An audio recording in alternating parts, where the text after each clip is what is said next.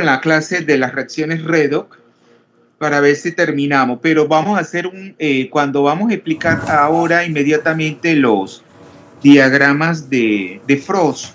Esos diagramas son importantes, así que vamos a hacer una especie de una página que está en internet, una especie de un taller, bueno, no un taller, sino que para explicarles las diferentes, o sea, para hacer un diagrama de Frost hay muchas maneras, eso es dependiendo de los datos que me suministre el problema. Entonces nosotros podemos abordar la confección de ese diagrama de muchas maneras, bueno, dependiendo, pero siempre nos tienen que salir los mismos potenciales que nosotros queramos determinar, o sea, asociando diferentes especies, ahí con los diferentes estados de oxidación. Siempre nos deben salir los mismos resultados, independientemente de cómo hayamos construido ese diagrama. Entonces eso es algo que a algunos les cuesta. Entonces es trabajar con los datos y esos datos tenemos que expresarlo a través del diagrama. Entonces eso vamos a trabajar un poquito porque en el examen eso le va a venir. Entonces vamos a compartir pantalla. Alguien me escribió aquí. Presente, profesor Joel Montenegro. Joel. Sí, vamos entonces a compartir. ¿Ya que quiere comer que coma? Sí, ¿ven la pantalla? Sí, profesor. Sí, profesor. Sí. Bien. Sí, profesor. Ya ustedes saben que los potenciales de los halógenos son los más altos que existen como especies químicas y claro, son positivos, siendo el flúor el más alto, el que presenta el potencial redox estándar más alto, y ellos actúan como oxidantes, es decir, oxidando otra especie y reduciéndose ellos. Entonces, el poder oxidante está en ese orden, pero acuérdense que cuando nosotros determinamos, vamos a decir, este orden que sería el flúor presenta un potencial mayor que el cloro a su vez mayor que el bromo y el bromo mayor que el yodo. Entonces, la justificación de esa propiedad, ¿verdad? De esa propiedad redox, ¿cómo usted la pueden explicar? En fundamento tenemos a otros procesos termodinámicos más sencillos, más simples. ¿Se acuerdan siempre del ciclo termoquímico o del ciclo termodinámico? ¿De qué depende? Porque el flúor tiene el mayor poder oxidante. Ahí le dice justificación, que puede venir en el examen. Ya entonces ven que el poder reductor va en sentido contrario, o sea, es el inverso. Entonces eso lo van a justificar de la misma manera, pero vamos a hacer el ejercicio con el poder oxidante y ya le queda de tarea a ustedes el poder reductor, que es utilizando los mismos argumentos, pero ya entonces sería lo contrario. Entonces sería cuando ellos reducen otra especie y se oxidan ellos. Entonces lo más común es que ellos actúen como oxidantes. ¿Y por qué ese orden? Porque ustedes creen que el flúor es el que presenta el mayor poder oxidante, que sería la mayor capacidad que tiene el de reducirse y oxidar otra especie. ¿Por qué ustedes creen que ese es el orden? Porque la energía de ionalización muy alta del flúor. Energía, pero acuérdense que si nosotros asociamos el poder oxidante a la capacidad que tiene el flúor de reducirse, ¿usted cree que ahí entra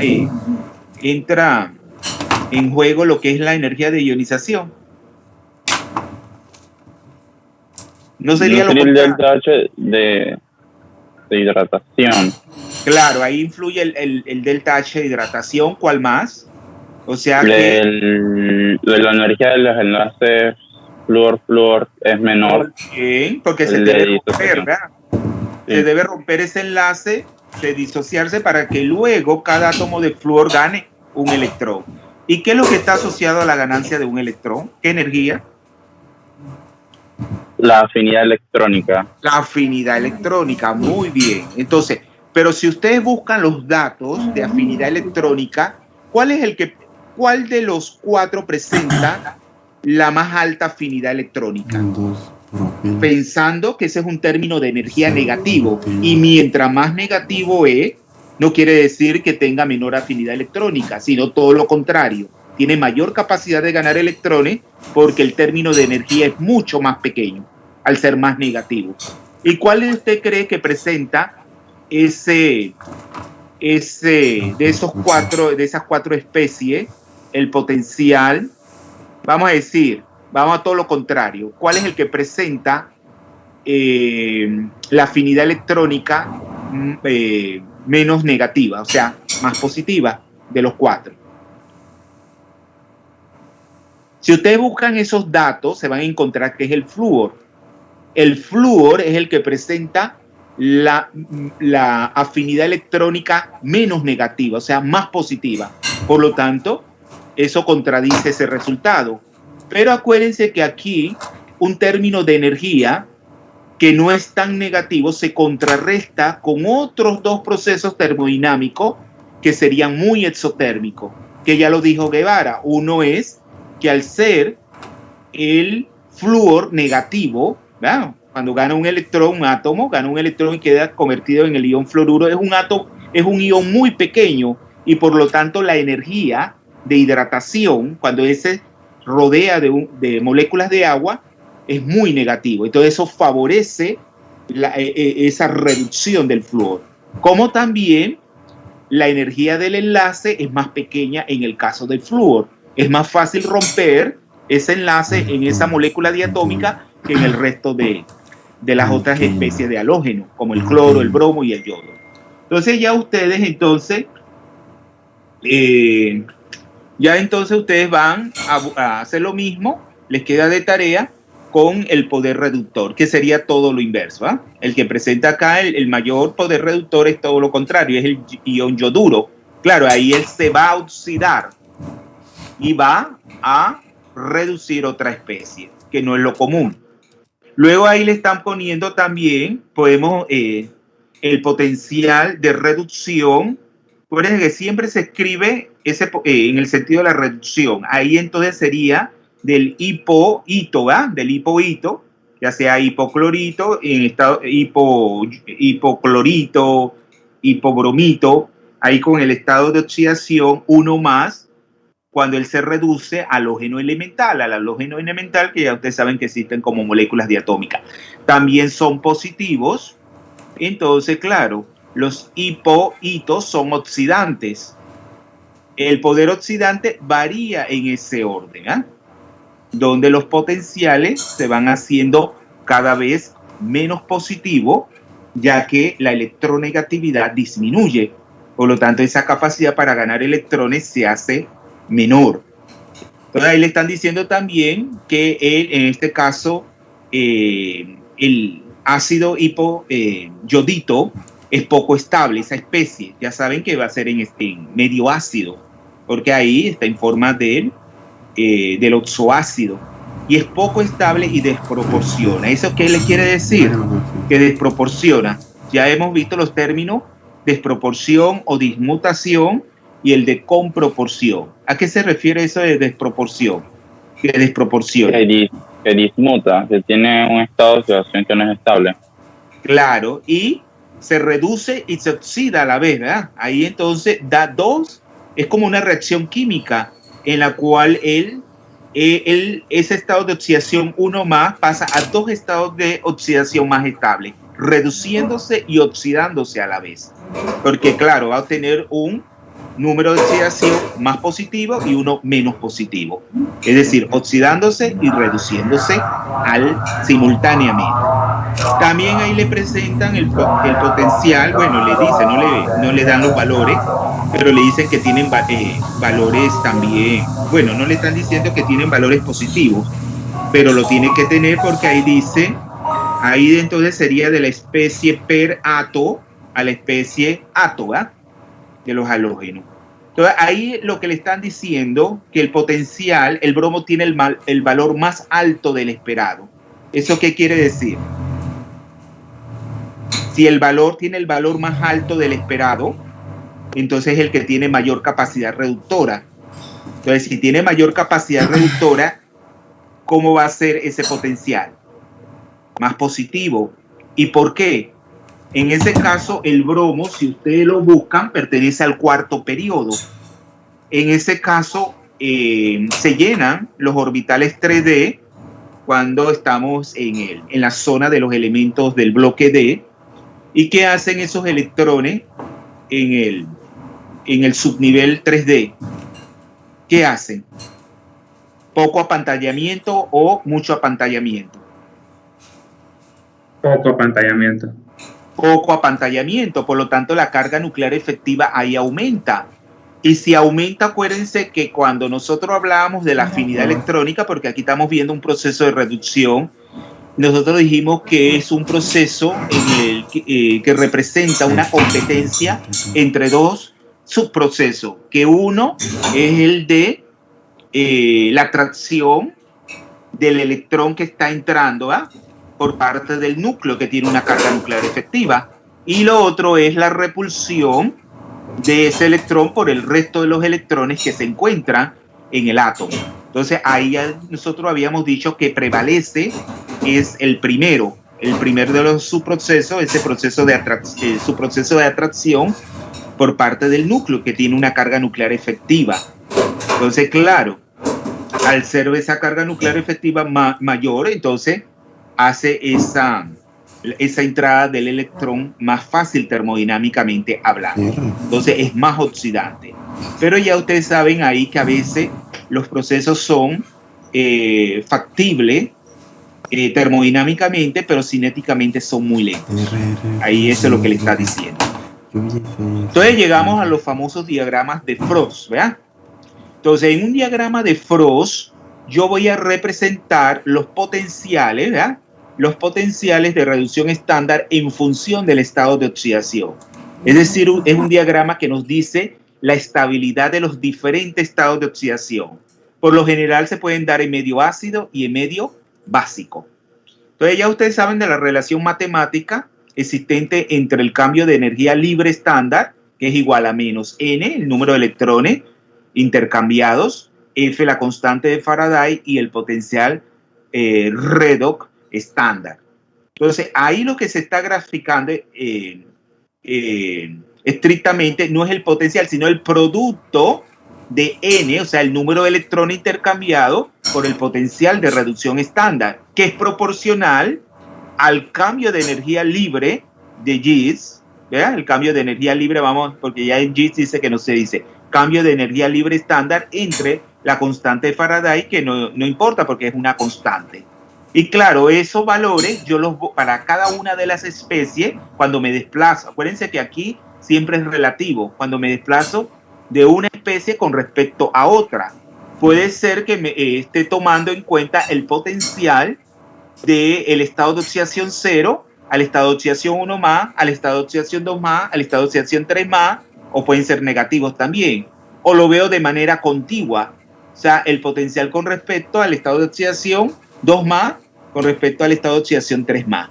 Claro, cuando yo me desplazo del 3 más al 2 más, el cambio, ahí más bien n no es el número de electrones intercambiados, vamos a verlo como el número, el cambio neto en el número o en el número o en el estado de oxidación.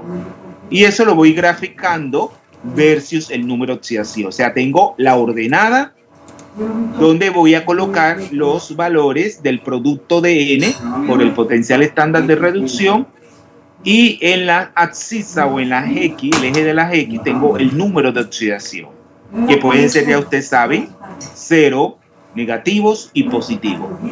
Entonces, claro, a medida que yo me desplazo hacia abajo en la ordenada, hay un incremento en la estabilidad porque obtenemos un valor más negativo, más bajo, pues, menor del cambio de energía libre estándar.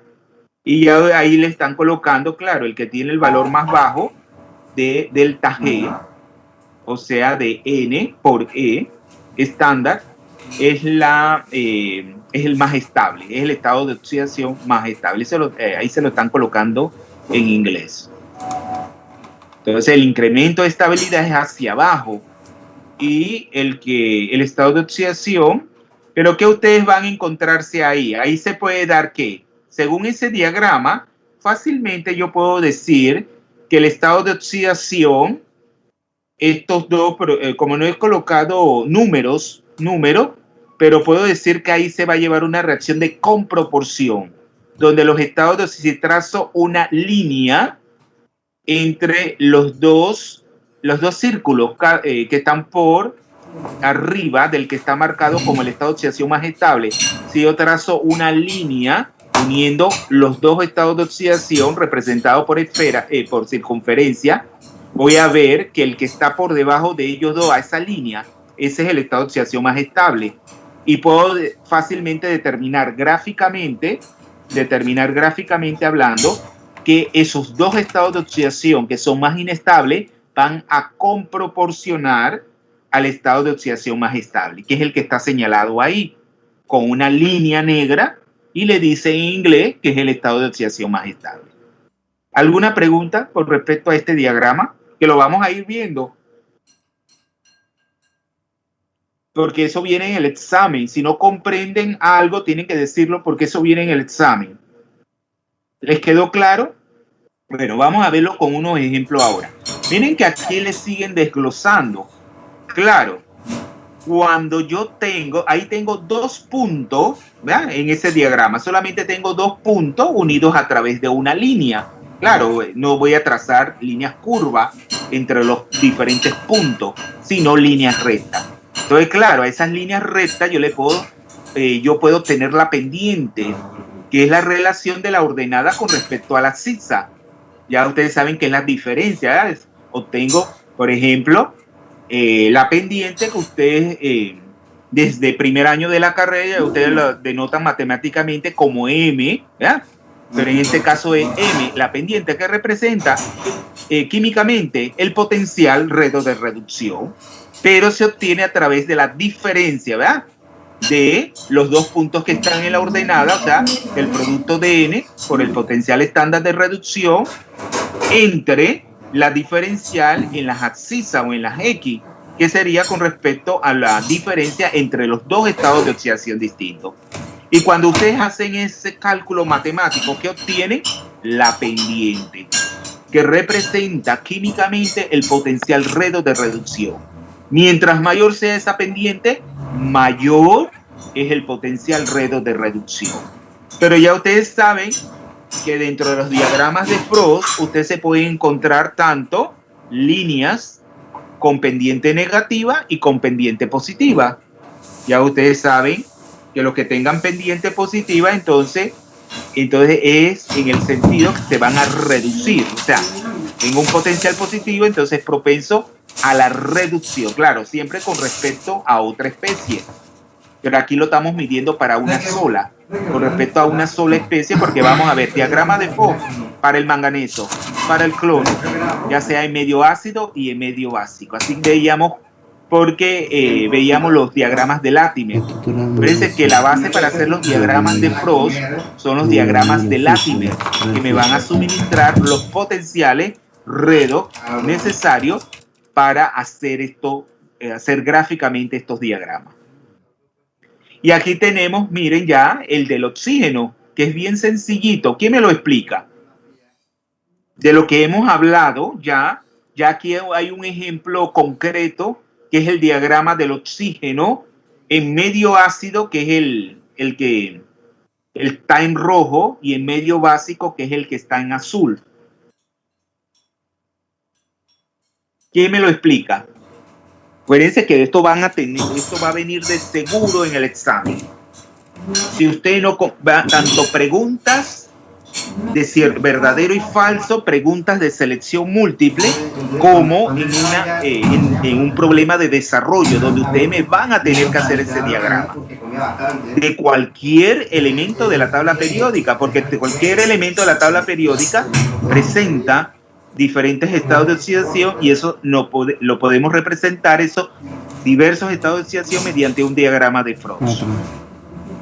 Entonces ahí ustedes tienen que comprender, porque de nada vale que lo vean de manera memorística, porque donde se le hace una pregunta y que nunca lo van a encontrar por internet, que pongan, porque es una cosa que yo he hecho de manera como digo, muy personalizada, que no lo van a encontrar. sea, lo podrían encontrar indirectamente en internet. Todo eso se lo estoy diciendo porque luego, si no piensan así el día del examen, se van a complicar buscando información y pierden el tiempo. Cuando van a ver el tiempo ya se ha terminado. Y luego salen mal. Entonces, no es, o sea, a pesar de que estos exámenes que ustedes hacen en la modalidad virtual, ustedes tienen toda la información, pero si ustedes no se han sistematizado, se han planificado, entonces tienen tanta información que se confunden, se pierden esa información. Es como un mar de información y se ahogan. No logran o sea, así desde el punto de vista metafórico, no logran salvarse, o sea, no ahogan, sino que se ahogan en esa información, porque no han hecho el ejercicio de planificarse. Por eso yo le dije, después de cada clase, ustedes tienen que hacer, ustedes mismos, hacerse una síntesis. Y luego agarrar un cuaderno y hacer las anotaciones pertinentes. Entonces, ¿quién me explica este diagrama de Frost? Bueno, profe, en ese diagrama estamos viendo lo que es el oxígeno y vemos que lo que nos está explicando de la pendiente, que la pendiente va a ser el potencial estándar de reducción. Sí, pero primero, antes de eso que siga, ¿cuántas especies de oxígeno yo encuentro ahí? Tanto medio ácido como el básico. Exacto. 3 especies de oxígeno, donde coloco 3 especies de oxígeno con qué estado de oxidación. Tenemos que estar clarito en eso. ¿Con qué estado de oxidación? En el oxígeno, con estado de oxidación -2.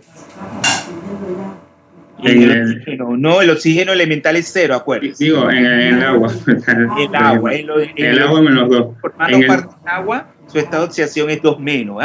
2 menos. En el oxígeno 0, en el peróxido -1. 1 menos, muy bien. Entonces, ven que aquí en negro, en la parte superior izquierda, están los potenciales. Cuando voy del oxígeno al peróxido, siempre ahí en el sentido de la reducción, ¿verdad? De 0 a 1 menos es 0,7 voltios. Y también le he colocado el potencial redo de reducción cuando voy de peróxido a agua, de peróxido de hidrógeno a agua, que es 1,76. Es más positivo.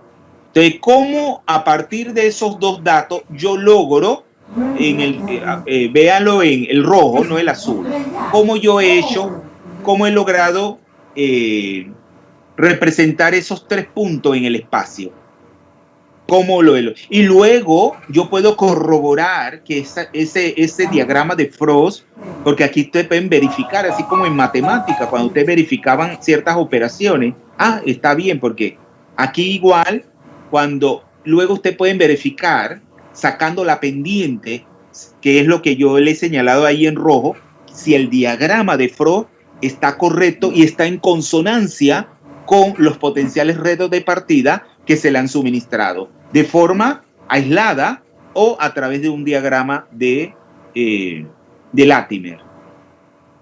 Entonces, ¿cómo hizo para representar esos 3 puntos que están representados en rojo?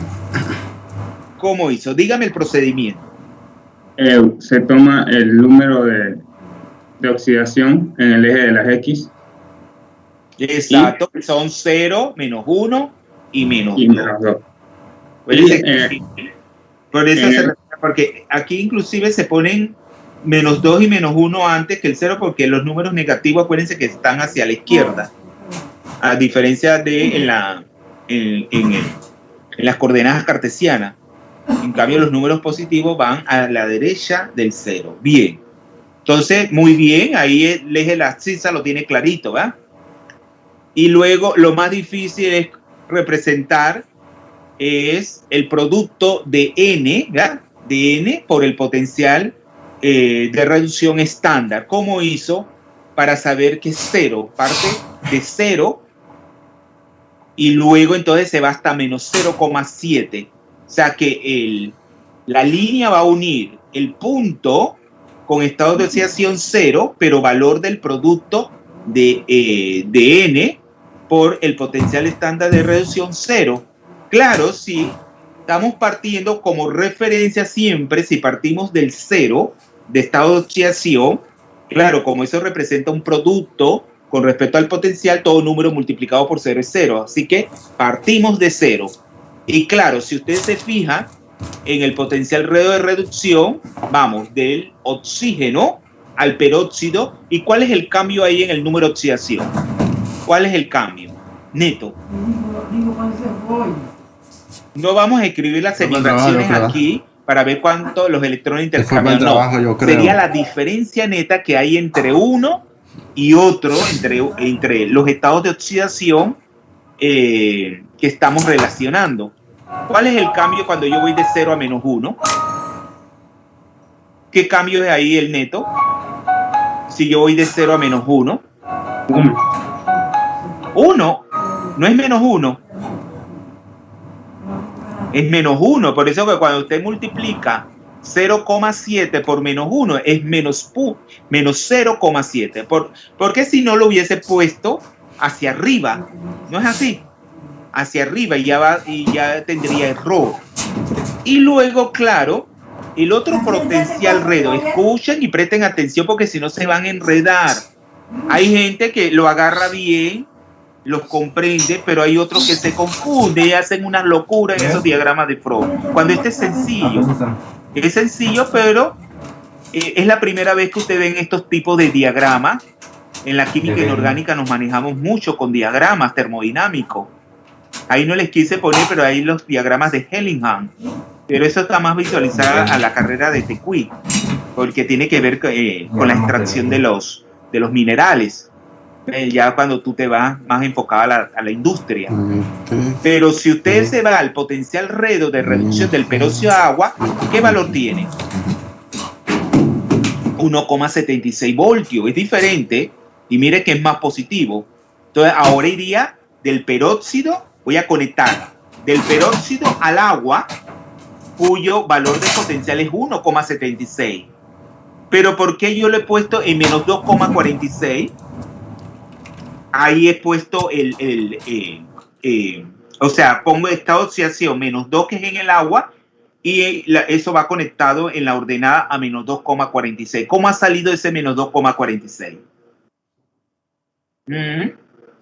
Porque yo no tengo ahí ningún potencial de 0,7, tengo 0,7 y 1,76, pero no tengo menos 2,46. ¿Cómo hacen para obtener ese número?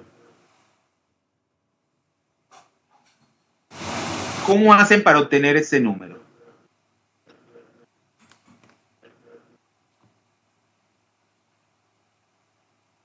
¿Jóvenes? Bueno, ustedes van, miren, de menos 1 a menos 2, ¿cuál es el cambio neto ahí? Si van de menos 1 a menos 2. Menos 1. Menos 1, muy bien. Entonces, si usted multiplica menos 1 por 1,76, que es el potencial que conecta esas dos especies de agua con estados de oxidación, entonces le da menos 1,76, ¿no es así? 1,76 por menos 1, menos 1,76. Pero como ya ustedes no están partiendo de 0, sino de menos 0,7, le tienen que sumar menos 1,76. Hagan la sumatoria en su calculadora.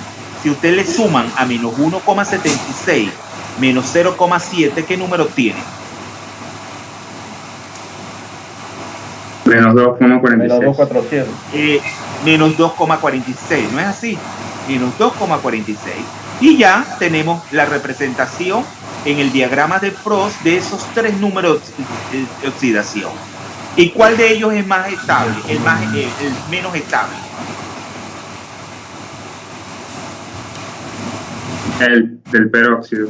Claro, porque está por encima. Mira, es el que representa, o sea, esa especie en términos de energía, de la media de energía libre de G, es el que presenta el estado de oxidación menos negativo. Por lo tanto, él va a tender a disminuir, a ir hacia abajo, o sea, a disminuir ese cambio de energía libre, y por lo tanto ¿qué va a ocurrir ahí? Él va a dismutar o a desproporcionar. Acuérdense que dismutar y desproporcionar es lo mismo. Entonces él va a dismutar dando estado de oxidación 0, produciendo oxígeno, y estado de oxidación 2 menos, que es el agua. ¿Lo ven clarito? Eso lo vamos a ver inmediatamente en estos diagramas. ¿Ven estos diferentes tipos de diagramas? Es cuando reaccionan las especies para dar reacciones de desproporción. ¿Ven? Claro, ven la línea entrecortada, que es la que va en el caso, dice, tends to disproportionate. Entonces, tiende a disproporcionarse. Entonces, claro, ahí ese estado, el que está señalado con la línea negra, entonces el estado de oxidación menos estable. Entonces, gráficamente yo me puedo dar cuenta fácil, porque es el que queda por encima de los otros dos estados de oxidación que están conectados por la línea entrecortada. Entonces, claro, si lo ven abajo, él va a tender a disminuir su cambio. Es lo que ocurre con el peróxido, la media de la energía libre de G para dar más negativa, da un cambio negativo, menor a 0, por lo tanto él va a disproporcionar. Todo lo contrario ocurre cuando se da la reacción de comproporción, donde el estado de oxidación está por debajo del que conecta, de la línea que conecta a los otros dos estados de oxidación. Entonces, claro, esos dos estados de oxidación van a reaccionar entre sí para dar ese estado de oxidación cuya media, el delta G, es menor a 0. Y ya ustedes saben de la pendiente, mientras mayor pendiente tenga la línea, mayor potencial. Por eso se le dice higher standard potential, o sea que el potencial estándar es más alto si la pendiente es mayor. En cambio, si la pendiente es menor, ese potencial estándar es más pequeño. Entonces, claro, si va hacia la derecha, o sea, si la pendiente es hacia arriba, entonces tiende a, la pendiente es positiva, tiende a oxidarse, pero todo lo contrario tiende a reducirse si la pendiente es negativa. Bueno, ahí no lo estamos viendo tanto así, sino en el sentido, porque todo es relativo. Ahí lo estamos viendo con respecto a la dirección, hacia un estado de oxidación menos positivo, entonces se reduce, y si se desplaza hacia un estado de oxidación más positivo, sea a la derecha, entonces tiende a oxidarse, independientemente si la pendiente es positiva o negativa, porque ahí en ambos casos la pendiente es positiva. Entonces, negativa sí, la línea recta va en sentido contrario. Entonces ahí tenemos tanto... Profesor, una pregunta, es que no quería interrumpirlo, pero no entendí la parte esta cuando íbamos de -1 a -2, que sacamos el 2,76. Ajá. Diagrama me quedé ahí. Ahí. Ajá, cuando usted va explicando cuando íbamos de -1 a -2, esta partecita, si lo puede repetir. El dato, acuérdense que en el problema que nosotros le vamos a suministrar para su evaluación, acuérdense que la evaluación es importante porque es lo que usted quiere. Todo, yo no sé, a veces yo me pregunto si no quieren tener A. Todo el mundo quiere A, ¿no es así? Pero ustedes a veces se conforman con una C, y entonces en la C es cuando el problema surge porque pueden quedar fracasando. Por eso que ustedes tienen que tener todas las ideas claras. En este caso, yo le estoy suministrando dos potenciales. El potencial redo estándar del oxígeno al peróxido de hidrógeno, que es 0,7 voltios, y el potencial redo estándar del peróxido a agua, que es 1,76 voltios. Cuando yo me desplazo del estado de oxidación 1 menos con la especie peróxido de hidrógeno a la especie agua, en la cual el estado de oxidación es 2 menos, la diferencia neta entre esos dos estados de oxidación es -1. Si yo voy de 1 menos a 2 menos, netamente el cambio es de 1 menos. Entonces eso es importante porque eso yo lo tengo que multiplicar al potencial que me está dando el problema, que es 1,76. 1,76 voltios por -1 es menos 1,76.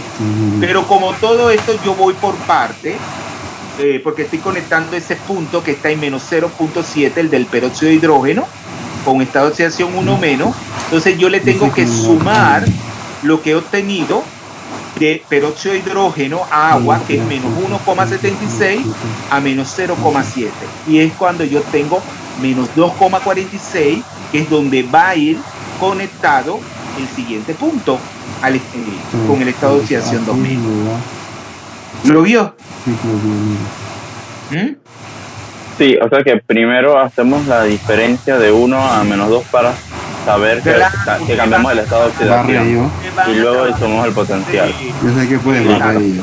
Ahora vamos a darle un ejemplo. Vamos a hacer una discusión de una página de la Universidad de Valencia,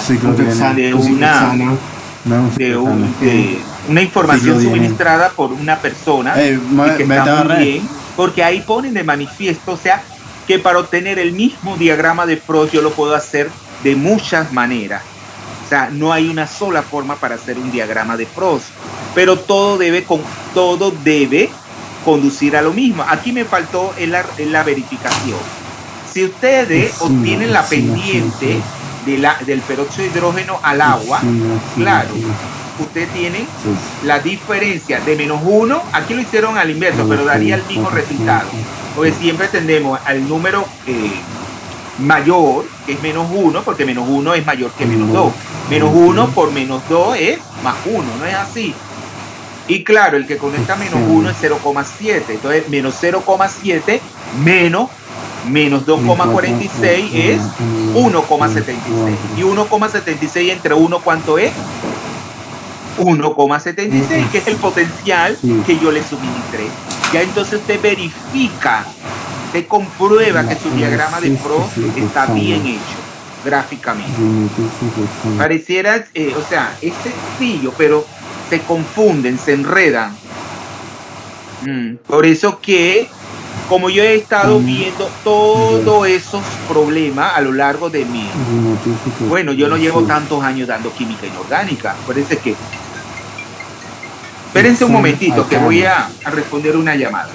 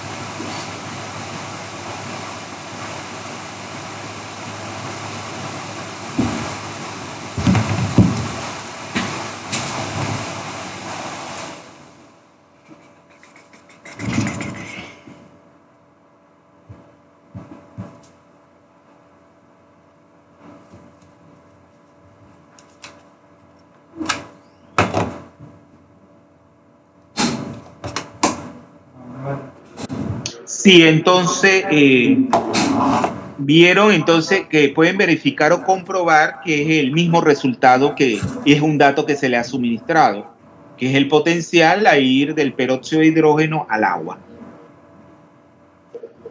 Vamos entonces a seguir.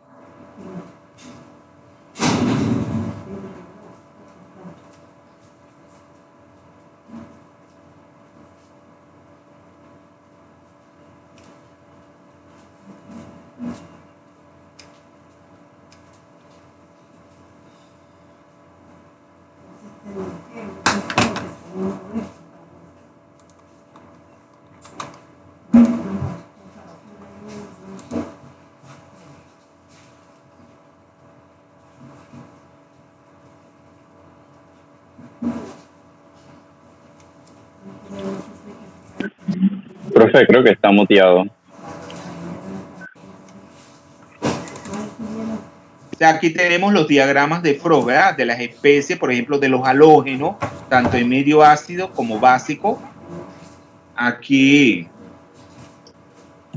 Aquí teníamos el del cloro, ¿verdad? Por separado. Aquí el del manganeso. Y así. Y esto lo vamos a explicar el día de mañana. El bloque D. ¿Qué me pueden decir? Así viéndolo a simple vista. Eso lo vamos a explicar más en detalle mañana. Pero ¿qué me pueden decir? ¿Cuáles serían los estados de oxidación? Elementos del D, de la primera serie de transición, porque serían los que vienen después del calcio, ¿va? El escandio, el titanio, el vanadio, etcétera, etcétera. Por ejemplo, en el caso del escandio, ¿cuál es el estado de oxidación más estable? El 3 más. El 3, ¿verdad? Que es el número del grupo, el 3. Pero en el caso del titanio, que pertenece al grupo 4, ¿cuál es el estado de oxidación más estable?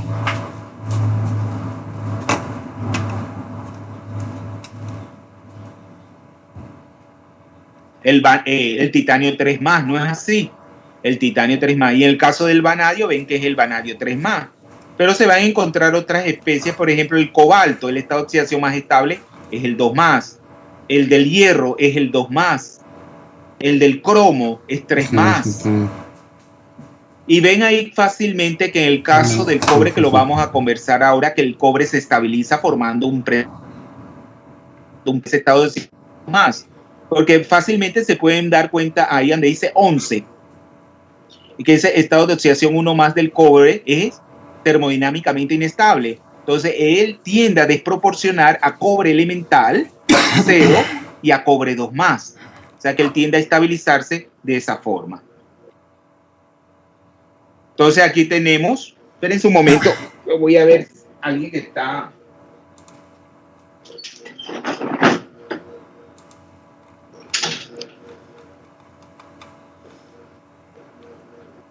Chicos, ¿cuándo es el parcial de inorgánica? A ver si alguien me refresca la memoria y disculpen. ¿Es el 24 de mayo siempre?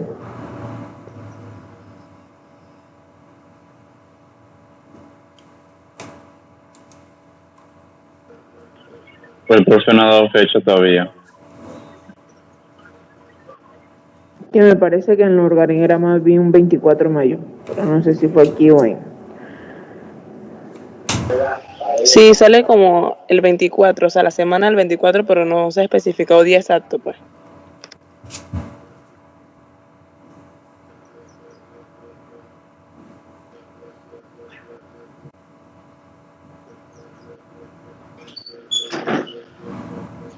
Miren, aquí estamos representando el diagrama de Frost de los elementos del grupo del cromo, que es el grupo 6, que son elementos de transición, el cromo, el molibdeno y el wolframio.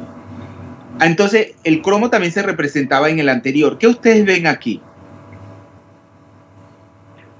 Que a medida que yo voy descendiendo en la tabla en el grupo de ese grupo 6, ¿cuál es el estado de oxidación que se hace más estable? ¿Cuál es el estado de oxidación en el que se hace más estable? A medida el más alto. El más alto, que representa el número del grupo, ¿ah? Porque acuérdense que tanto el cromo, el molibdeno y el wolframio pertenecen al grupo 6. Y ahí se va haciendo cada vez más estable. Ven que el wolframio, su estado de oxidación más estable es el 6 más. En cambio, en el caso del molibdeno, entonces los estados de oxidación más estables son el 4 más y el 6 más, porque fácilmente se puede encontrar ahí que él va ¿a qué? A comproporcionar o a dismutar. Entonces, ese estado de oxidación, ¿verdad? Menos estable, que es el 5 más, entonces va a dismutar a 4 más y el 6 más. En cambio, el croma, sí que ese cromo que está allá arriba, el 6 más, ¿qué va a ser? Muy inestable, el cromo 6 más. Entonces, él va a tender a ser ¿qué? Un agente oxidante o un agente reductor. ¿Qué va a tender a ser ese cromo 6 más? ¿Un agente oxidante o un agente reductor? Metilpropilo. Reducirse. Claro, un agente oxidante, ¿verdad? Él va a tender a reducirse y alcanzar el estado de oxidación más estable, que es el cromo 3+. A diferencia de los otros, que los estados de oxidación son los más estables. Para el wolframio es el 6+, y para el molibdeno el 4+ y el 6+. El corazón del cromo, que es el primer elemento de ese grupo, es el cromo 3+. Entonces va a ser un agente oxidante fuerte, va a tender a reducirse. Por eso que antes, ya usted no lo hace, pero nosotros cómo lavábamos cuando hacíamos química analítica, y que todo tenía que estar bien limpio, porque si no interfería en el análisis, utilizábamos muchas disoluciones de dicromato de potasio para lavar toda la cristalería, porque donde eso contenía algún residuo de otra sustancia, la oxidaba, y así era más fácil asegurarnos que el material de vidrio estaba limpio. Pero eso es cancerígeno, esa especie es altamente cancerígena. Por eso que muchas personas desarrollan cáncer trabajando con química.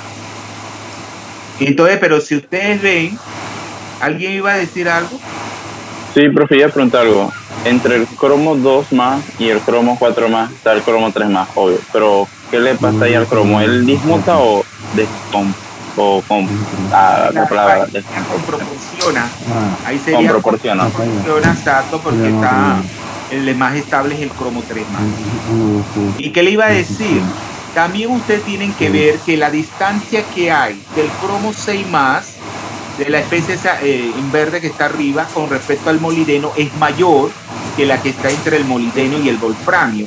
Eso nos quiere decir que el cambio más drástico se da entre el cromo y el molibdeno, que van de la primera serie de transición a la segunda serie de transición, y luego ya el cambio de la segunda a la tercera es mínimo. Pero bueno, eso mañana lo vamos a volver a repetir. Aquí tenemos el caso del azufre, de los elementos del grupo 16, el azufre, el teluro y el selenio. Ahora vamos a ver, bueno, antes de entrar a este tema, vamos a presentarle lo que yo le decía del documento del diagrama de Frost. Están viendo la pantalla donde dice construcción de un diagrama de Frost.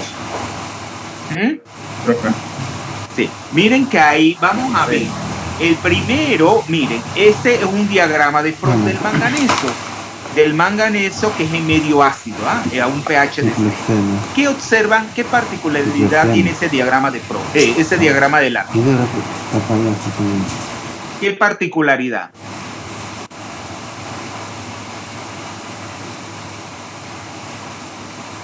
¿Qué particularidad tiene ese diagrama con respecto a los potenciales, Redo? Acuérdense que eso es lo que nos suministra, ¿verdad? En el sentido de la reducción, los diferentes potenciales conectando. Pero si ustedes se fijan, los potenciales ahí de cada una de las especies se dan los potenciales. Hay dos tipos de potenciales, por así decirlo. Potenciales que conectan dos especies contiguas, por ejemplo, del ion permanganato al ion manganato es 0,56, ¿lo ven?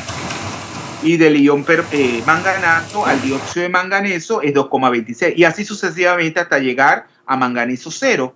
Pero también tengo el potencial que conecta cada una de las especies de manganeso con diferentes estados de oxidación, 7+, 6+, 4+, 3+, 2+, con respecto al 0. ¿Lo ven? Por ejemplo, el potencial del ion permanganato al manganeso 0 es 0,74, y del ion manganato a manganeso 0 es 0,77. Entonces, por lo tanto, ¿qué puedo hacer ahí para construir el diagrama de Frost? Dos maneras, ¿verdad? Utilizando esos potenciales, donde yo, claro, conecto directo, o sea, hago de 0, voy a ponerle más abajo para que lo vean. Aquí hago esta tabla, ¿verdad? Confecciono esa tabla, y así mismo van a hacer en el examen. Hacen una tabla para que se les haga más fácil. O sea, tengo ¿cuáles son los estados de oxidación? N son los estados de oxidación: 0, 2+, 3+, 4+, 6+, y 7+. En la forma de estas correspondientes especies de manganeso. Entonces, cuando yo tengo el producto de N, por el potencial estándar de reducción siempre es con respecto, tenemos al 0, con siempre el del 2 más, del manganeso 2 más con respecto al manganeso 0, del manganeso 3 más con respecto al 0, del manganeso 4 más con respecto al 0, del manganeso 6 más con respecto al 0 y del manganeso 7 más con respecto al 0. Y lo que yo voy a obtener es el producto al ir. ¿Cuál es el cambio neto de ir de 0 a 2 más? Es 2 positivo por menos 1,18, que es el potencial, obtengo menos 2,36. Y eso lo hago con todos los demás valores. Entonces, ¿qué yo tengo que hacer? Porque todo va a ir conectado al 0. Más barra hasta que así. Por lo tanto, las líneas yo las puedo dibujar, o sea, yo voy a representar en las ordenadas el 0, el menos 2,36, el menos 0,85, el 0,1, el 4,62 y el 5,18, que van a estar conectados a esos diferentes estados de oxidación. Y después uno todo con líneas, a través de líneas rectas, de un estado a otro estado de oxidación, y ya tengo mi diagrama de Prost. Pero si yo, en lugar de utilizar estos valores, estos potenciales que conectan cada uno de estos estados de oxidación del manganeso, del 2 más hasta el 7 más con el 0, lo hago tomando en cuenta estos potenciales contiguos, que están entre especies contiguas, especies que están una al lado de otra. ¿Cómo haría? Ya yo les di idea cuando expliqué la del oxígeno, que iba por parte, iba de el oxígeno al peróxido, o sea, el estado de oxidación de 0 a 1 menos, y del peróxido de hidrógeno al agua iba de 1 más a 2 más. Entonces, ¿cómo ustedes harían en ese caso? Y les daría el mismo diagrama de Prost. Y cuando ustedes obtienen a través de las pendientes los diferentes potenciales conectando dos estados de oxidación contiguos, o sea, de 2 más a 3 más, o del 4 más al 2 más, debe dar lo mismo, el mismo potencial. Entonces, ¿cómo harían ahí en ese caso? Empezaría de 0 y luego del 0 al contiguo. Bueno, de manganeso 0 al manganeso 2 más, ¿qué utilizaría ahí?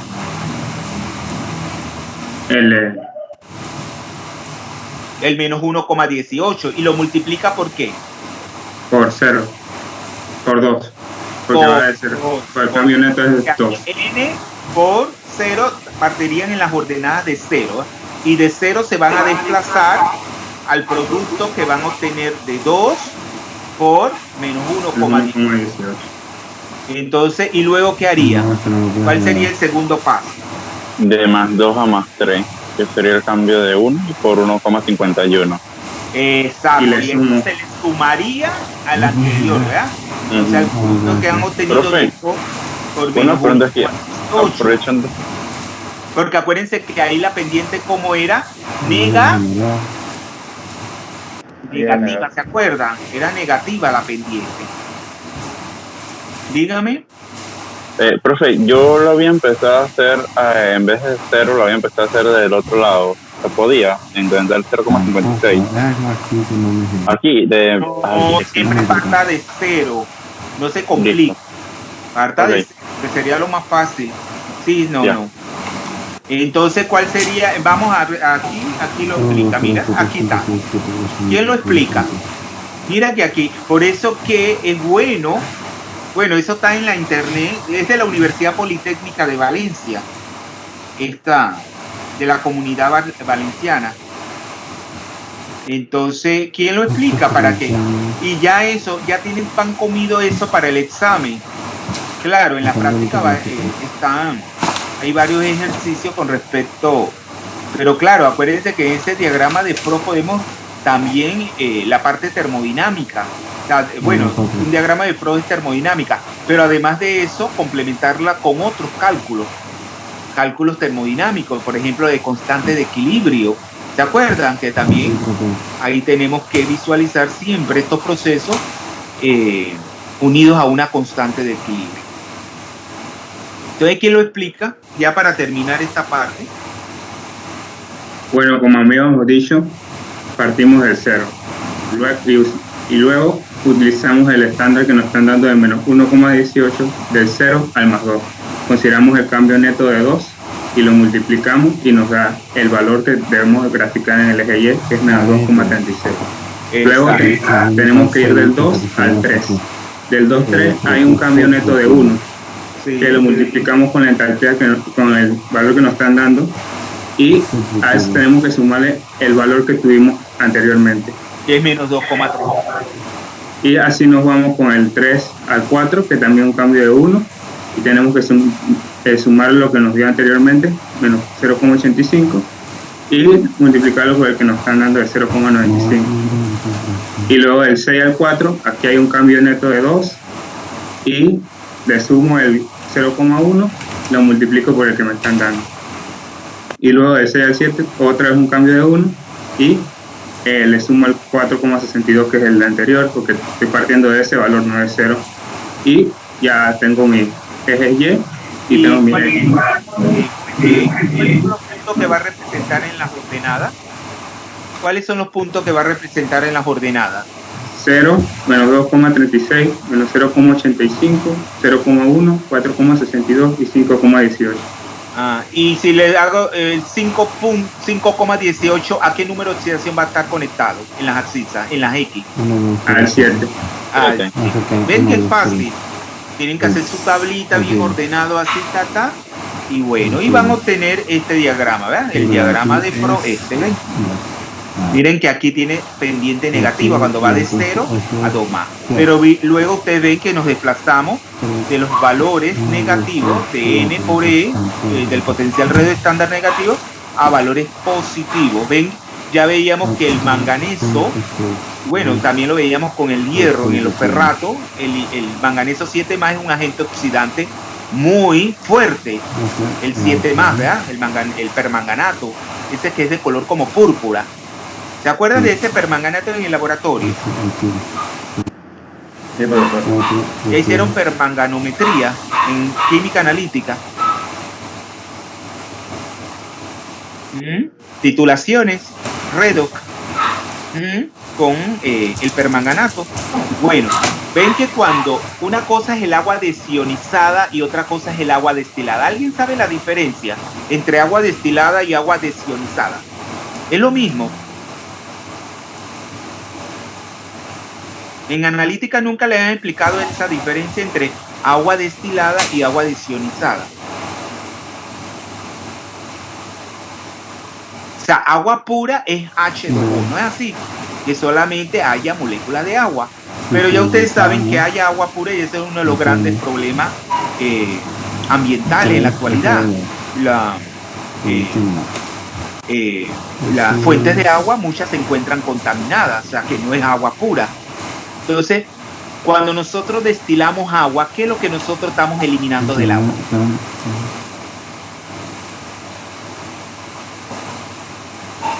Materia orgánica principalmente, que es contaminante.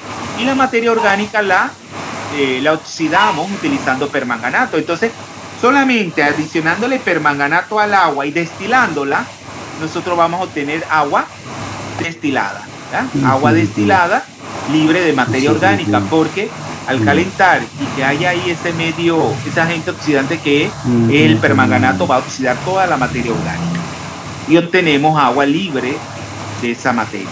Pero ¿qué es el agua desionizada?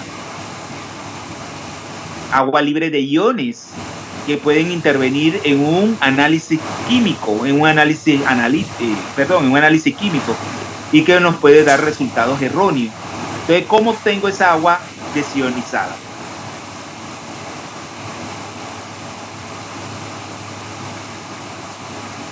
¿Cómo tengo el agua destilada? Pasándola por resinas intercambiadoras de iones. El agua la hago. Ven que cuando el agua, es que ya eso, ahí en química inorgánica había un laboratorio, pero como eso está bien deteriorado, porque el agua pasa a través de, es como si fueran unos tubos. Dentro de esos tubos tengo unas resinas intercambiadas que a veces puede ser zeolita, arcilla. Entonces, claro, el agua pasa a presión a través de esas partículas sólidas y ahí se intercambian los iones que pueda tener el agua. Y al hacer eso pasa. ¿Cómo? También se puede hacer por ósmosis inversa. Exactamente, utilizando una membrana, ¿no es así? Correcto. Utilizando. Entonces, eso es agua, obtener agua desionizada, agua libre de iones. Una cosa es el agua destilada y la otra cosa agua desionizada. Para análisis químico, las dos cosas tienen que ser necesarias. Entonces, ¿alguna pregunta ya para terminar con esto y comenzar? Sí, profe, yo tengo una. Ahí decía diagrama de Frost para, creo que pH, ¿sí? Para el pH medio ácido. Y en medio básico, la gráfica me imagino que cambia. Sí, porque son otras especies. Ya no serían esas, y tendrían otros valores. Exactamente. A veces se Pero parece... la misma lógica. Exacto, la misma. Por lo general trabajamos más en medio ácido. Mira, esto está hecho por Blasco Tamarit, Ancarna, bueno, es Ancarna, Blasco Tamarit. Esos son los apellidos. De Ingeniería Química y Nuclear. No es el Departamento de Química Inorgánica, es un departamento que es de Ingeniería Química y Nuclear. Porque es una universidad técnica. Está enfocada en la ingeniería, Escuela Técnica Superior de Ingenieros.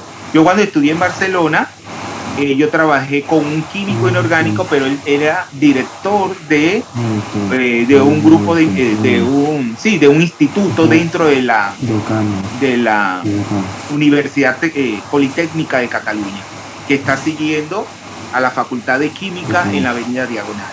Ahí yo iba, y me iba a ese instituto a hacer la microscopía electrónica y otros estudios, por ejemplo de espectroscopía de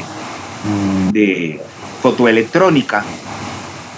Entonces siempre, pero el señor que era sumamente una persona muy inteligente, es químico inorgánico era, pero trabajando con la Facultad de Ingeniería. Imagínense que ese señor ha publicado, y que yo tuve la suerte de trabajar con él en la revista Nature y la Science, que son las dos revistas de mayor prestigio a nivel mundial. La Science y la Nature. Vamos entonces, ya comprende cómo se puede hacer un diagrama de Frost jóvenes. Hay muchas maneras, ¿verdad? Pero ustedes van a tener el mismo resultado. El mismo resultado. Entonces, para finalizar, tenemos este capítulo. Tenemos de las reacciones redox. Vamos a ver diferentes tipos de reacciones redox. Comenzamos. ¿Están viendo la pantalla? Sí, profesor. Sí, profesor. Sí, vamos entonces a ver la primera, que ya hemos hablado de ella, ataque por ácido. ¿Ah? Luego tenemos el ataque por base, donde en realidad ahí la sustancia que está dando el cambio químico es el agua, no el ion hidróxido. Tenemos, por ejemplo, una disolución de hidróxido cuando reacciona con un metal. No es el hidróxido el que se está llevando ahí el cambio, sino el agua que se está reduciendo a hidrógeno elemental. Eso lo vamos a ver inmediatamente. Luego tenemos las disgregaciones, que son las llamadas reacciones a fusión. Parece que se lleva a cabo con sustancias en estado sólido.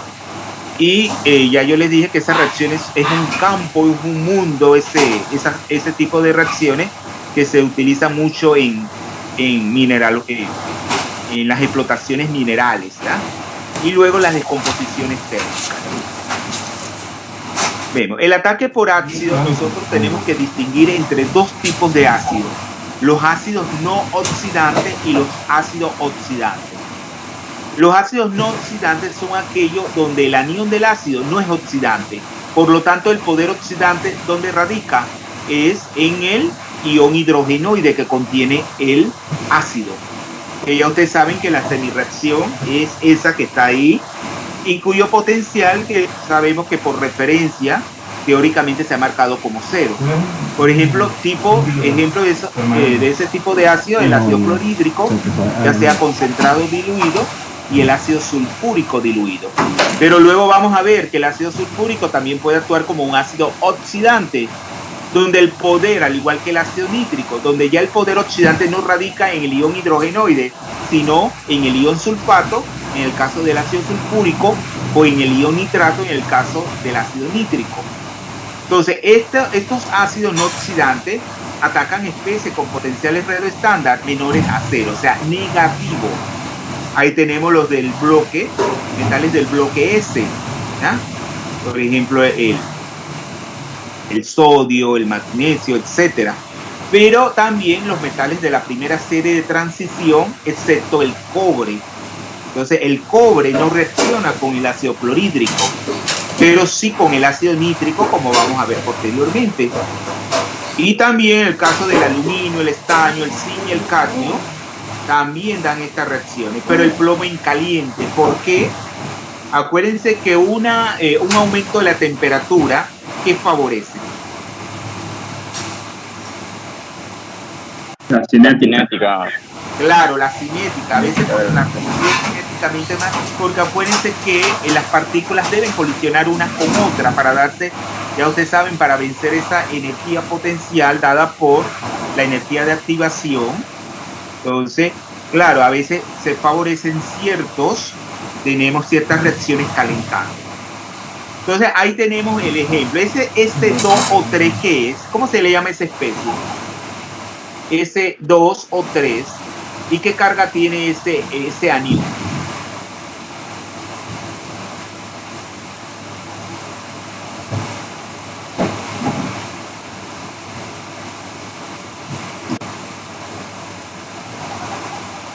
Ese es el tiosulfato, ¿verdad? Donde el oxígeno del ion sulfato ha sido sustituido por un azufre.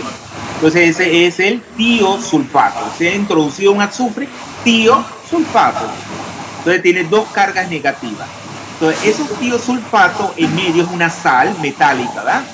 Una sal en donde el tiosulfato se encuentra unido a un metal. Entonces, en medio ácido, ¿qué es lo que ocurre ahí? ¿Qué es lo que ocurre? ¿Dónde está enfocada la reacción ahí? Porque ahí el metal en realidad está en el mismo estado de oxidación. Pasa ahí en el tiosulfato es 2 más y da 2 más en solución. Por lo tanto, ahí no reside la reacción química. ¿Dónde reside ahí la reacción química?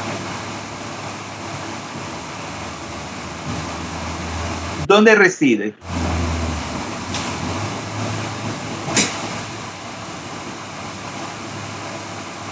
En el azufre, ¿ah? El azufre del ion tiosulfato, ¿qué estado de oxidación tiene? El primer punto, desde el inferior hasta el superior, es 2 más. 2 más. ¿Cómo determinó ese 2 más? Porque usted dijo que el metal no cambiaba de estado de oxidación y tiene 2 más y el oxígeno tiene menos 2. Entonces queda menos 6 aquí y necesitaría un 2 aquí para que fuera 4. Vino con 4 más, pero como eso tiene, el azufre tiene un subíndice de 2, 4 más, entre 2 es 2 más. Entonces en realidad él pasa de 2 más a 0 en el azufre elemental. Fíjense que ahí vimos un diagrama de pros del azufre.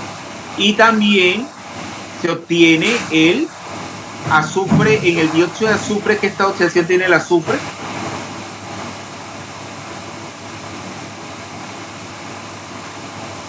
Jóvenes, 4 más, ¿no es 4 así? más. Claro, entonces él dismuta del azufre 2 más, dismuta azufre 0, y en ese caso se reduce, pero también se oxida a la vez a azufre 4 más. En cambio, cuando tienen una sal de tiosulfato y la calientan, o sea, es una reacción de descomposición.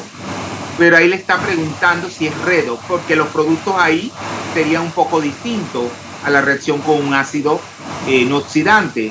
Ahí los productos son el sulfato del metal correspondiente y el sulfuro del metal correspondiente. Es decir, que ahí también es una reacción redox, porque el azufre está dismutando ¿a qué? Del azufre 2 más, azufre 6 más y azufre 2 menos. Cuando pasa de 2 más a 2 menos se está reduciendo, y cuando pasa de 2 más a 6 más se está oxidando. ¿Lo ven? Entonces ahí le hacen la pregunta: ¿podríamos diferenciar una solución de sulfito de una sal de sulfito metálico en disolución acuosa de tiosulfito metálico, adicionando medio ácido. Entonces eso lo tienen que investigar, porque para diferenciarla es que los productos sean muy distintos y nosotros podemos detectar, no es una disolución de tiosulfato, sino de sulfito. Entonces van a investigar esas dos reacciones para ver qué, y ahí lo tienen, ya en negro, ahí le están poniendo. Ustedes tienen que investigar en ácido si esos dos compuestos se comportan de manera distinta o dan los mismos productos, no sé, tienen que investigar. Entonces, ¿qué tipo de reacción se da en cada caso? Entonces eso también, bueno, eso se lo va a decir los productos que obtengan. Ahora vamos a los ácidos oxidantes. Los ácidos oxidantes es el anión del ácido donde reside ese poder oxidante, esa capacidad de que ellos puedan oxidar un metal o un no metal, porque también puede ser un no metal. Es el que da la reacción redox. Su poder oxidante depende del anión. Entonces, el ejemplo clásico es el ácido nítrico, tanto si es concentrado como diluido. Y ahí tenemos los potenciales redox estándar, así cuando veíamos también el caso de los halógenos, ¿se acuerdan? Por ejemplo, del ion nitrato al monóxido de nitrógeno es 0,96, pero del ion nitrato al dióxido de nitrógeno es 0,81 voltios y del ion nitrato al ácido nitroso es 0,94 voltios. Entonces ahí también dependiendo de la temperatura y concentración se puede dar ya sea el óxido de nitrógeno o el dióxido de nitrógeno. Pero ya ustedes saben que el dióxido de nitrógeno procede de la oxidación del óxido de nitrógeno, el cual son de distinta coloración. El blanco pasa a marrón. Entonces, claro, vamos a obtener ya sea uno y otro si la oxidación se da completa, pues, hasta llegar a dióxido de nitrógeno. Entonces, el ácido sulfúrico, también yo le decía que también puede estar como ácido no oxidante, radicando su capacidad oxidante en el ion hidrogenoide o en el ion sulfato. Y aquí es solo si es concentrado y en caliente. Además de estar concentrado, tiene que ser en caliente. Muy peligroso eso, hacer esa reacción. Entonces ahí nos están dando el potencial. Eso nos lleva hasta dióxido de azufre. ¿Ya? Dióxido de azufre, o sea, de 6 más pasa a 4 más. Y el potencial es 0,2 voltios. Y eso nos lo está diciendo, al hacerse necesario que esté concentrado y en caliente, es porque nos está diciendo que la capacidad oxidante es menor. Miren, en el caso del ácido nítrico, todos esos potenciales son más positivos, 0,96, 0,81 y 0,94. En el caso de el ácido sulfúrico es de 0,2 voltios. Entonces, con el ácido nítrico se obtienen especies en estado de oxidación elevado. Claro, si es estable. Ya veíamos el caso del cobre, ¿eh? Cuando ustedes tienen el cobre y le adicionan ácido nítrico, ¿qué se va a formar? El cobre 2+. Pero acuérdense que eso es uno de los dos estados de oxidación más estables del cobre, porque el cobre 1+, ¿cómo es? Inestable, ¿eh? El estado de oxidación menos positivo del cobre es poco estable y desproporciona a cobre 0 y a cobre 2+. El metal se pasiva en algunos casos con ácido nítrico. Ya en el ejemplo del aluminio, el hierro y el cobre, y el cromo, perdón. ¿Se acuerdan que ya yo les hablé del caso del aluminio? Él se recubre de una capa de óxido hidratado que es impermeable, no deja pasar, y por lo tanto es como si fuera una sustancia cerámica que lo recubre, deteniendo la reacción. Ya ustedes saben, ya veíamos el caso del cobre que sí puede dar al estado de oxidación, oxidándolo a cobre 2+. Pero ya le decíamos, pero no con el ácido clorhídrico, donde el poder oxidante radica es en el ion hidrogenoide. Eso tiene que ver con los potenciales. Que el potencial del cobre no es tan negativo como otros metales. Y ahí es muy importante esa pregunta. Dice, ¿cómo podemos preparar una solución de hierro 3+ acuoso a partir de hierro? de hierro sólido. Entonces tienen que investigar, ¿verdad? Porque, claro, el hierro presenta el estado de oxidación 2+, 3+. Entonces, claro, cinéticamente, eso puede ser una reacción lenta. Por ejemplo, termodinámicamente es factible ir en medio ácido de hierro a hierro 2+. Pero luego ya de 2+ a 3+, no es factible en ese medio ácido, sino que esa oxidación del 2+ al 3+ se favorece con el oxígeno, el contacto de esa disolución ácida con el oxígeno. Entonces ahí entra en juego otro agente oxidante que es el oxígeno. ¿Se acuerdan de las clases pasadas? O sea que es el oxígeno el que está oxidando el hierro de 2+ a 3+. Entonces van a investigar más sobre esos potenciales, van a hacer las reacciones. Y tenemos el caso del cobre, del caso ya no de metal, sino de no metales con el ácido nítrico, que puede llevar ¿a qué producto? A óxido u oxoácido, dependiendo del carácter ácido, del carácter ácido del no metal. Entonces, igual, dependiendo del grado de oxidación, podemos ir hasta monóxido de nitrógeno o dióxido. En el caso de los elementos del grupo 14, como el carbono, el silicio y el germanio, forman el dióxido del metal, es decir, con estado lo oxida hasta 4+. Entonces ahí estamos obteniendo el óxido, no el oxoácido. Entonces eso nos está diciendo que no son tan ácidos esos no metales. Del mismo grupo, el estaño y el plomo, que son metales, esa es la particularidad de esos elementos del bloque P, ya son los que están más abajo, son metales. Entonces, en el caso del estaño el estaño 4+, el 4+, pero en el caso del plomo es el plomo 2+, y eso tiene su justificación por el efecto del par inerte. ¿Quién me explica ese efecto del par inerte? Y que eso lo vamos a ver también en los diagramas de Freud. En un diagrama de Freud van a ver que el estado de oxidación del plomo 2+ es más estable que el 4+. Lo tienen abajo la explicación, pero quiero escucharlo.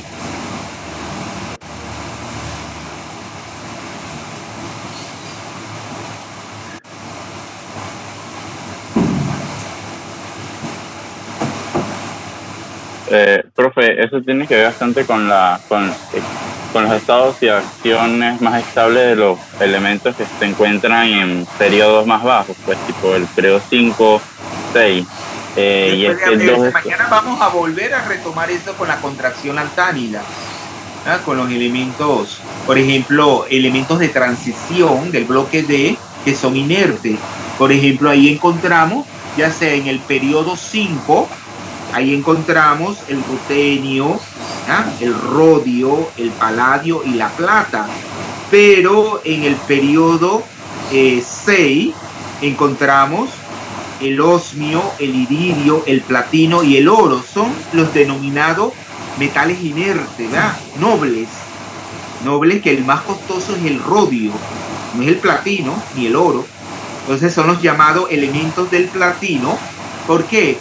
Cuando el platino se obtiene de minerales en cantidades más pequeñas, existen todos esos otros elementos, como puede ser el osmio y el iridio, el rutenio y el rodio y el paladio.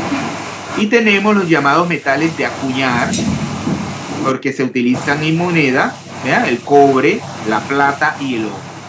Todos esos metales tienen un comportamiento noble. Entonces, pero si ustedes se van, ya lo veíamos, por ejemplo, en el caso del arsénico, ¿se acuerdan? Que también presentaba una carga nuclear, del bromo, perdón, presentaba una carga nuclear más alta, o sea que el poder oxidante era inusual, más alto, debido a el pobre apantallamiento de los electrones en el subnivel 4, ¿verdad? 4D. Ahí tenemos era el yodo. porque era el subnivel 4. Perdón, el nivel 4. Pero en el caso, tenemos del plomo, el plomo se da en el periodo 6. Por lo tanto, hay que se llena. Mira que en el periodo 6 ya yo tengo el lantano, los elementos que siguen al lantano. Acuérdense que el lantano tiene número atómico 57. Entonces siguen los demás elementos de la serie de los lantánidos del bloque 4F hasta llegar al lutecio con número atómico 71. Y luego al ladito está el hafnio con número atómico 72. Pero ahí que se ha llenado ya entre el lantano y el hafnio, que se han llenado los 14 orbitales F con electrones. ¿Y cómo es el efecto de apantallamiento de esos electrones en el subnivel 4F?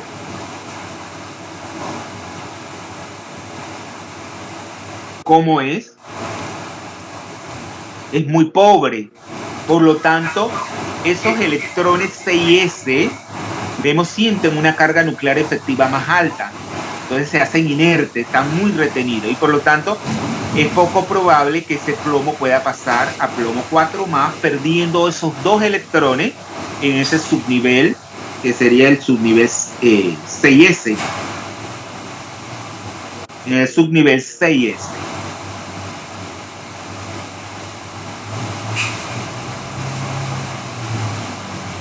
Vamos a seguir. En el grupo 15 ahora nos desplazamos. Tenemos al caso del fósforo, del arsénico, el antimonio y el bismuto. Ahí también el carácter metales. O sea, tenemos los primeros elementos que son no metales y llegamos. El antimonio ya es el antimonio creo que es un semimetal, el antimonio, ¿verdad? Igual que el silicio, el germanio. Entonces, pero ya el bismuto es un metal. Entonces, elementos del grupo 15 como el fósforo y el arsénico ya que son más ácidos, dan no un óxido, sino un oxoácido. Igual el producto de la reducción del nitrógeno en el ion nitrato, que es 5 más, pasa a 2 más en el caso del monóxido, en el caso del dióxido de nitrógeno pasa a 4 más. Ya ustedes saben que eso tiene que ver ya con las condiciones de la reacción de oxidación. En el caso del antimonio da es el óxido, ya que tiene menos carácter ácido que el fósforo y el arsénico. Tiene menos tendencia a formar el oxoácido. En el caso del bismuto, que es un metal, da el bismuto 3 más. Otra vez por el efecto del parinete. Pero ya ustedes saben que el bismuto es el que le sigue, al plomo, pero en el grupo 15. Ya entonces ya ustedes saben que pueden explicar. Ya entonces ahí le están diciendo por el efecto de llenar, claro, tanto los orbitales D como los orbitales F. Ahí son las dos cosas, porque ya se han llenado los orbitales D y se han llenado los orbitales F, porque están en el caso del bismuto, en el mismo periodo en el cual está el lantano. Y ahí están dando las reacciones del arsénico con ácido nítrico concentrado. En el caso va hasta el ácido arsénico, pero ya si está diluido hasta ácido arsenioso. O sea, en el primer caso va hasta 5 más. A ver, 4 por 3 y 4 por 2, 8, sí. Va hasta 5 más. Pero si es diluido va hasta 3 más en el ácido arsenioso. En el caso de ácido sulfúrico, debido a su carácter oxidante menor, no se va hasta el oxoácido, sino hasta el óxido. Y ya ustedes saben que el ácido sulfúrico es deshidratante, es decir, absorbe agua. Ahora vamos al agua regia. ¿Han escuchado ese término de agua regia? ¿Jóvenes? Sí, profesor. Regia quiere decir que es bonita. Uy, qué regia. Cuando ustedes utilizan ese término, ay, esa muchacha es muy regia. ¿Qué quieren decir? Que es elegante, educada, bonita puede ser. Pero aquí, ¿qué significa? Eso de regia. ¿Qué quiere significar? Ese adjetivo calificativo que da, ¿qué connotación le viene a la mente?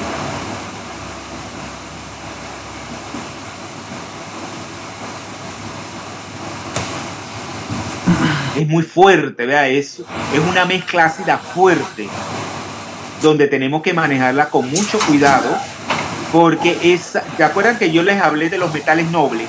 Por ejemplo, ¿cuáles son los metales nobles que le dijimos?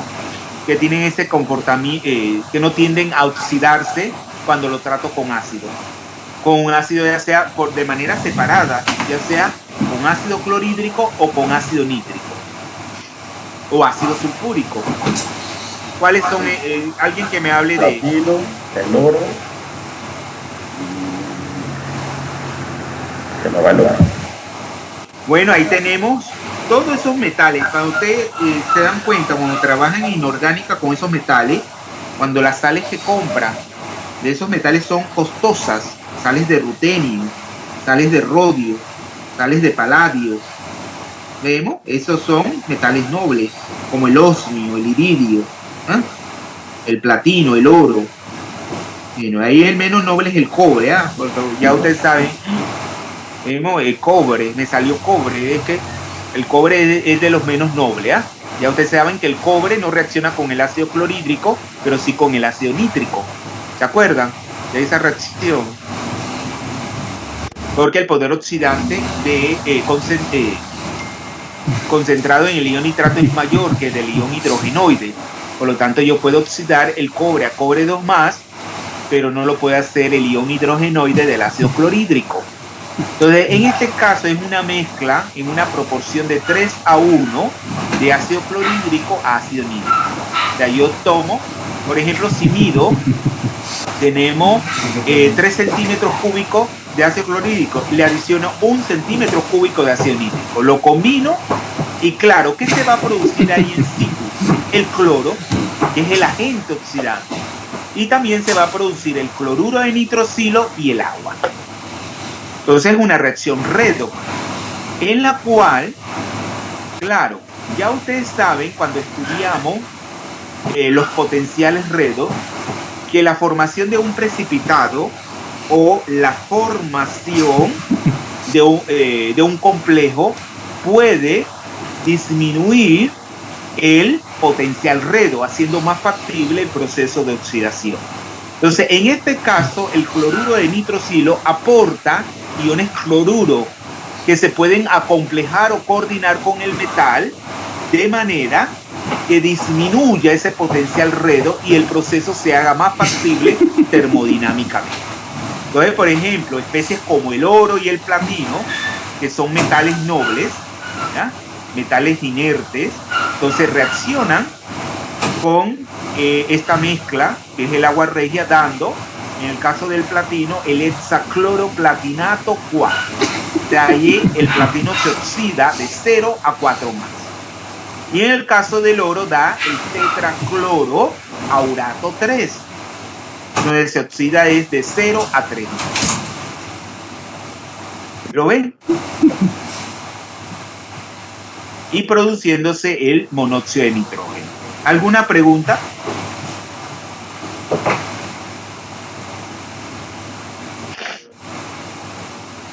¿No tienen ninguna pregunta? ¿Jóvenes? Vamos a seguir. ¿Me están escuchando? Sí, profesor. Sí, profesor. Ahora vemos el ataque por base, porque es el ataque con disoluciones de hidróxido, pero en realidad ahí el reactivo cual yo les dije es el agua, porque ahí es donde radica el poder, claro, oxidante tenemos para oxidar el metal. El metal se oxida dando entonces una disolución de hidróxido, y ahí el agua es el que se está reduciendo el ion hidrogenoide a hidrógeno elemental. Ustedes tienen que tener en cuenta que cuando trabajamos en un medio básico, la semirreacción no se escribe como la tengo a la derecha, dos iones hidrogenoides más dos electrones a hidrógeno elemental, sino que la tienen que colocar de la forma como está a la izquierda, porque en un medio básico ya intervienen iones hidróxido, aunque físicamente es lo mismo. Y ya ustedes saben cómo varía el potencial al cambiar el pH. Ustedes pueden hacer el cálculo y ese es el número que obtienen. En el caso de pH 7, el potencial es menos 0,41 voltios. En el caso de pH 14 es menos 0,83 voltios. Esto es bien importante cuando hagamos los diagramas de los diagramas de Purvé. ¿Se acuerdan de ese diagrama de Purvé cuando hablamos de la estabilidad redox del agua? ¿Alguien que me lo resuma? Alguien que me resuma los diagramas de Purvé, que lo vamos a ver más detenidamente cuando discutamos los problemas de la práctica. Pero en un diagrama de Purvé, ¿qué se representa? Y que vamos a tener que hacer estos cálculos de potenciales con cambios en el pH, ¿verdad? Vamos a tener que hacerlo cuando, a diferencia del diagrama de Frost, que es más sencillo, los diagramas de Purvé sí son complejos, son más complicados. Alguien que me resuma ese diagrama de Purvé. Es lo que yo le decía, tienen que ir estudiando, porque donde no estudian, al final estudiar todo de un solo, vamos a decir, una sola sentada se le va a hacer difícil. Sigan consejo. ¿Qué se grafica en un diagrama de Purvé? El potencial versus el pH. Entonces yo puedo representar qué tipo de reacciones se representan en un diagrama de Purvé. Si yo les pregunto en el examen esa pregunta, valga la redundancia. Si yo le pongo una pregunta de desarrollo, explique qué tipo de reacciones se grafican en un diagrama de Purvé, ¿qué usted contestaría?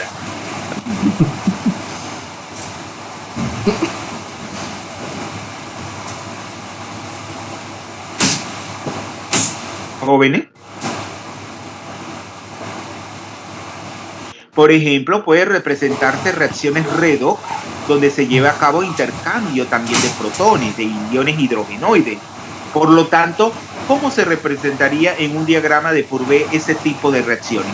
Donde además de un proceso redox, se lleva a cabo un intercambio de protones. Es decir, hay además un equilibrio ácido-base y un equilibrio redox simultáneamente. Entonces, ¿cómo yo representaría a través de un diagrama? Pueden haber líneas oblicuas, o sea, oblicuas, líneas horizontales y líneas verticales. ¿Cómo se representaría? Acuérdense que es un diagrama de potencial versus el pH. Si yo tengo además una reacción redox, donde se está llevando a cabo un cambio en el estado de oxidación y también un proceso donde está ocurriendo una transferencia de protones, ¿cómo yo la representaría en ese espacio bidimensional? ¿Cómo la representaría?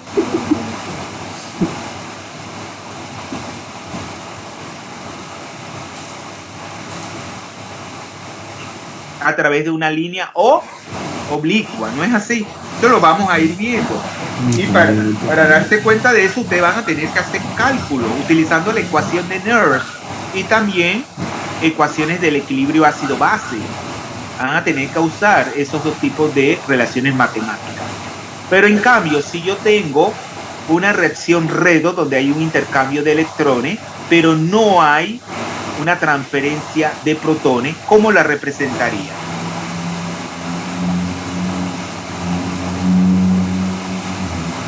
A través de una línea, ya no sería una línea oblicua, pero sería vertical o horizontal.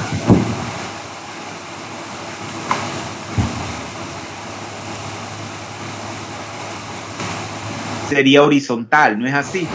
Y si tengo una reacción donde hay intercambio de protones, o sea, una reacción de transferencia de protones, una reacción ácido-base, pero no una reacción donde haya transferencia de electrones, ¿cómo sería? Si ya no es ni oblicua ni horizontal la línea, ¿cómo sería en ese caso? ¿Cómo sería? Vertical. Y si yo tengo una reacción donde no hay ni transferencia de electrones ni transferencia de protones, se representaría en un diagrama de Fourier.